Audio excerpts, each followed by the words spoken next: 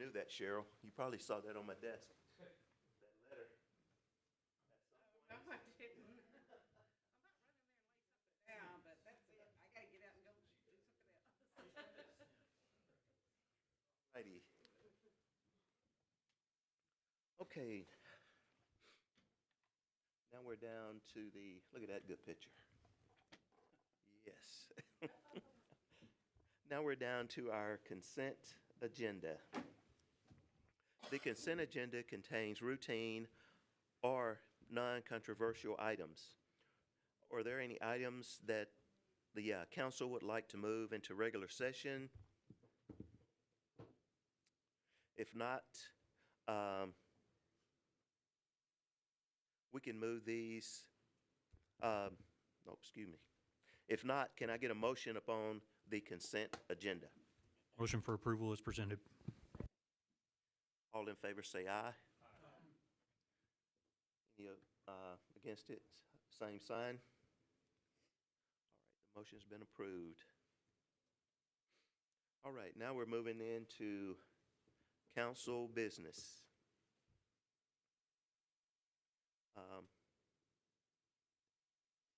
Let's see. Item number five, excuse me, on our regular session.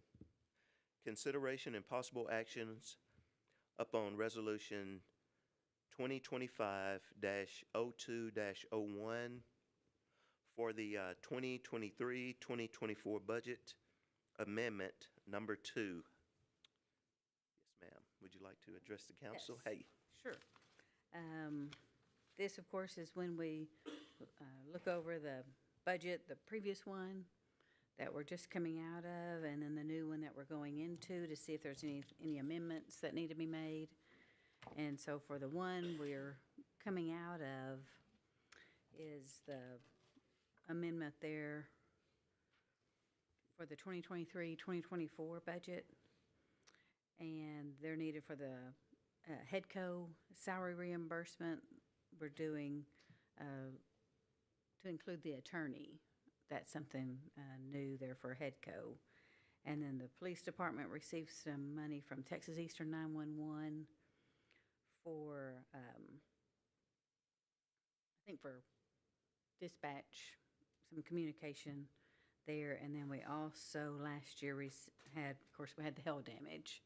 And then TML reimbursed us a pretty good sized check for the hail damage. And so we had to go in and amend that, both the revenue and the expense side for the hail damage. And then our 2018 bond, we're finishing that up. We were able to allocate some of those funds over to the Mill Creek sewer repair.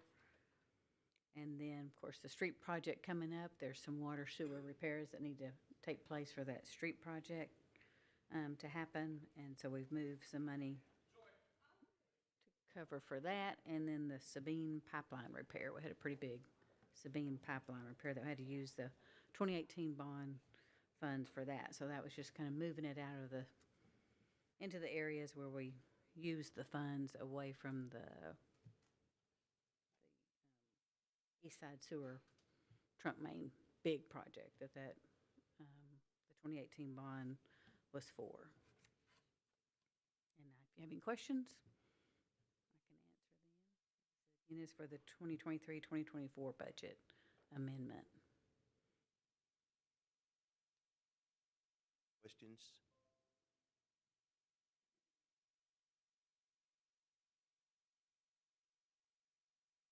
Could I get a motion on item number 5? Motion for approval. Second.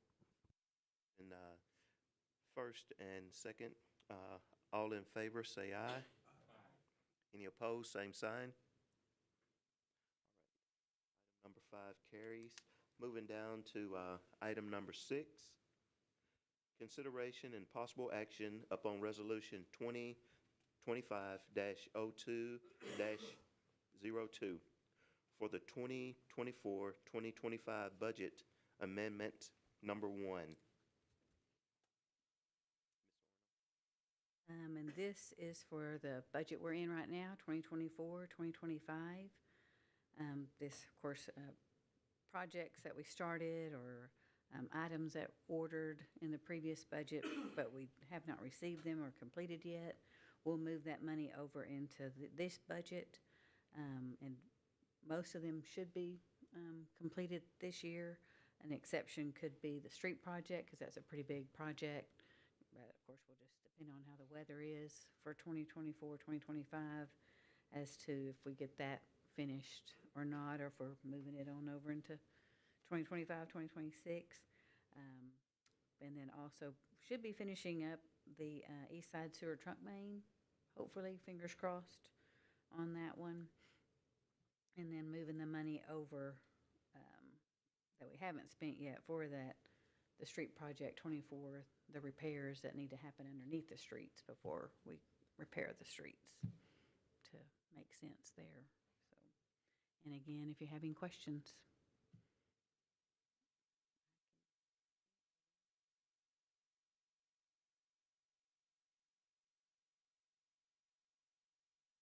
I get a motion on item number 6, if there are no questions. Motion for approval. Been made and second. All in favor, say aye. Any opposed, same sign. All right, thank you. Item Thank you. 6 carries. Now we're moving on to item number 7.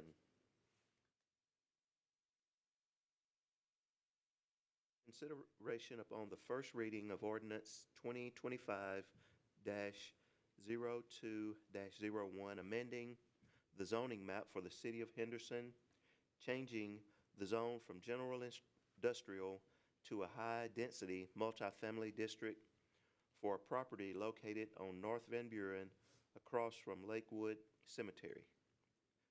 Ms. Jimerson?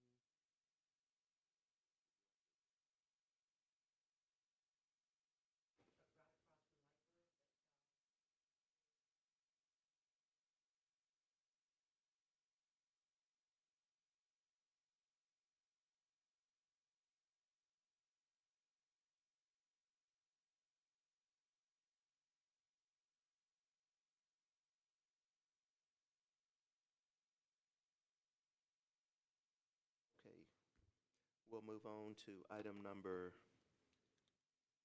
8. Consideration upon a recommendation from the Planning and Zoning Commission for a zoning change submitted by WCG Properties.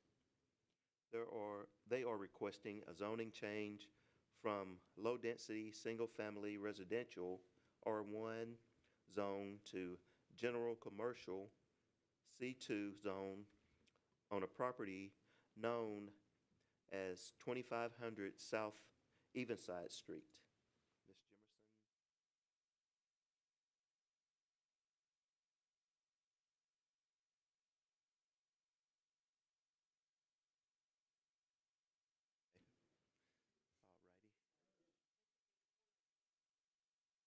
Ms. Jimerson? All righty.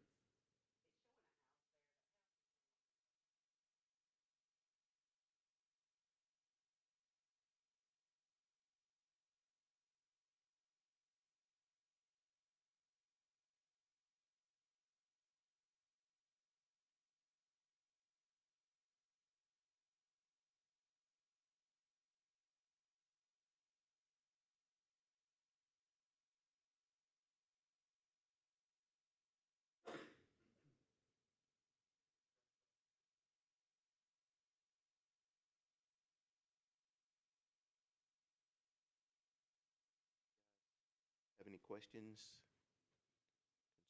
concerning number 8? With no further questions, I make a motion for approval. Motion's been made and second. All in favor say aye. Aye. Any opposed, same sign. All right, number 8 carries. Okay, moving down to item number 9. Consideration upon a recommendation from the Planning and Zoning Commission for a zoning change submitted by Bain Investment Holding, LLC. They are requesting a zoning change from low-density, single-family residential R1 zone to general commercial C2 zone. The property is described as part of Lot Number 1, Block 890, 6 acres out of 13.357 acres. J. Smith Survey.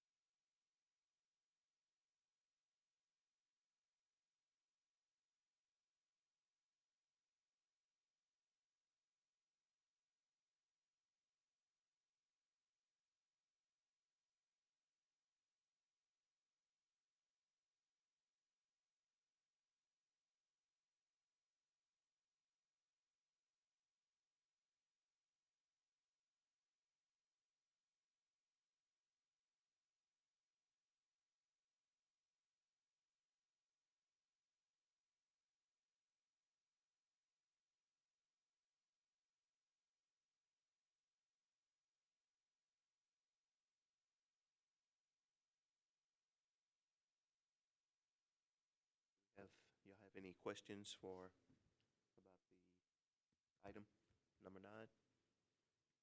Could I get a motion for number 9?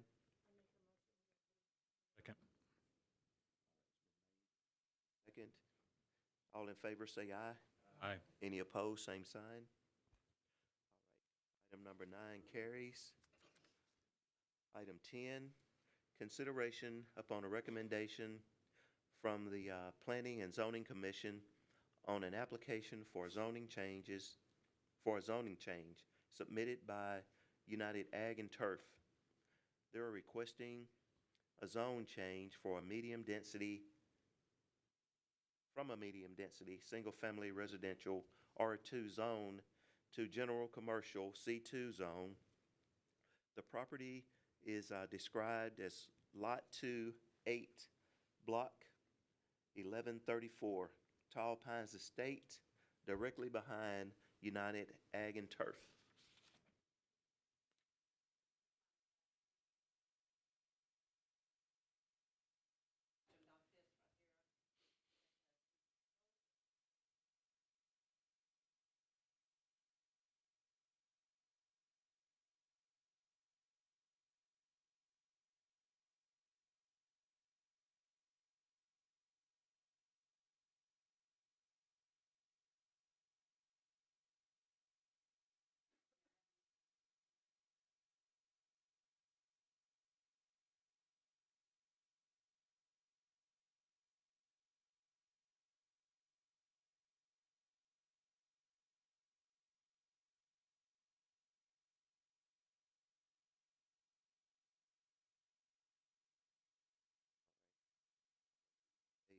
Motion and a second.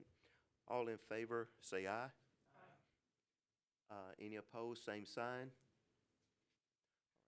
All right. Item number 10 carries. All right. So that completes our council business. Now we're moving on to our departmental reports. The city council may deliberate and make inquiries into any item listed in the departmental reports. Does anyone wish to do so? And these are in your packets. So at this time, we will have an elaborate presentation from the Animal Center. Mr. Mayor, once we're done with the presentation, I would like to have some comments on the reports, but we'll do that after. All right. Good evening, Mayor Good and evening. Council. I'm going to try to make this as short as possible. Okay. Made a few cards for y'all to look at while I talk.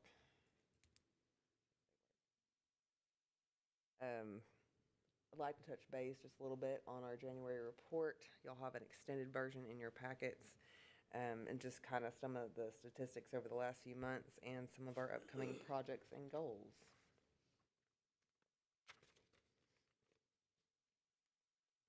All our officers have been busy answering calls on the street and in the office, setting traps, picking up animals, and educating the public and taking care of their animal needs.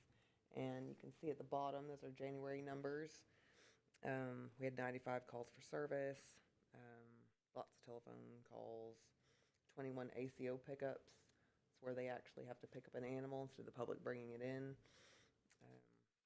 And it also goes over warnings and citations and after-hour call-outs. You can see our new ACO truck with the stickers on it. If you see that driving around town, that's our new rig. It has AC and heat in the compartments where other one did not, so it keeps the animals more comfortable as we're going through our call list.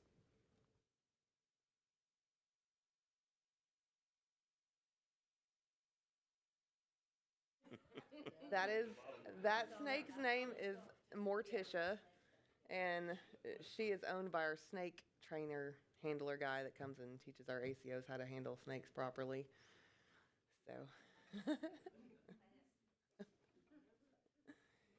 yes. Next one. Our animal center intakes have been slightly lower this month. It will pick back up. A lot of things affect that, such as holidays, times of the year. As you can see, our live outcome rate is still way higher than our euthanasia rate, and it's due to all the hard work my staff does on a daily basis. The intake analysis also has a breakdown between city and county intakes for the last 6 months as well.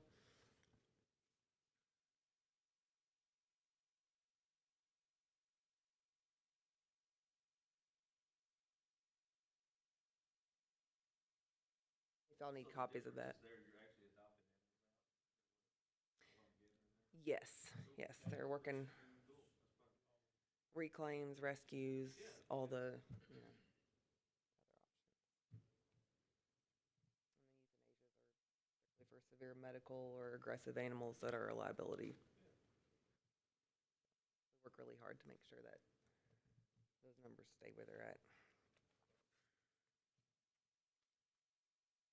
And we also have several projects we hope to finish up this year. We have a couple isolation medical buildings we'd like to put up to help safeguard our healthy population. It kind of keeps them away and quarantined where we can treat minor contagious things or await rescue transport. Sometimes it takes a few days to arrange transport for some sick ones, and it gives us a safe place to do so, as well as quarantining new puppies that come in and we're not sure if they are carrying a disease that could be spread to other animals as well. We're also wanting to put a meet and greet room up front in our office where we can allow people to meet puppies or cats safely. We could also use that as a cattery where people can come by and look at the cats kind of playing around, where they don't have that option now, they're just in kennels. And then we also are going to look into getting some sound baffles to help with the noise in the back. It stresses the dogs out and the staff can't hear half the time, so that'll be a great addition to the back, at least dampen the noise level a little bit. We'd like to focus on some community education, outreach, and assistant programs this year. Some of the grant opportunities do encompass that, so we're hoping to find some solutions for the public when it comes to pet ownership. And we are working on expanding our rescue network. We've got a new animal alliance forming with the local shelters and rescues and transport groups. We're hoping to do some great things this next year on getting some more animals moved up north, as well as having some big mega adoption events, hopefully hosted locally and in the surrounding cities.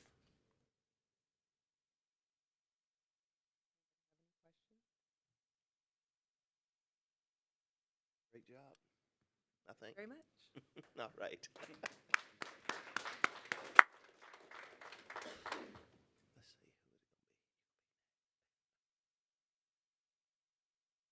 Well, I gonna hope, be? Okay, sorry. Carissa, I hope you get it put up prominently on the website because that's a great piece of work. That's a high-stress job, and I know everybody feels it, but the gratitude that, hopefully I can speak for everybody up here, the gratitude we have for what you've done over the last several years is remarkable, and I hope we keep the momentum going.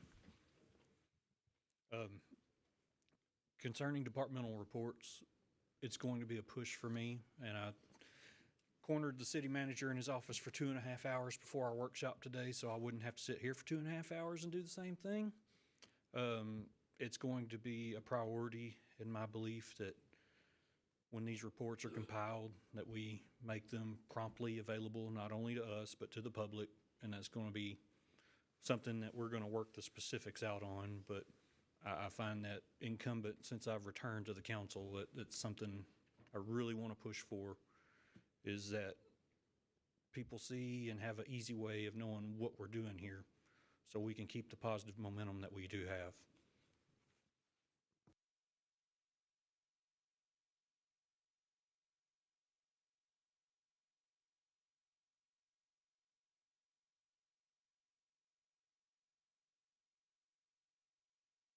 Have any executive session items? Okay. Okay. There are no items to be discussed in executive session. We will move on to adjournment.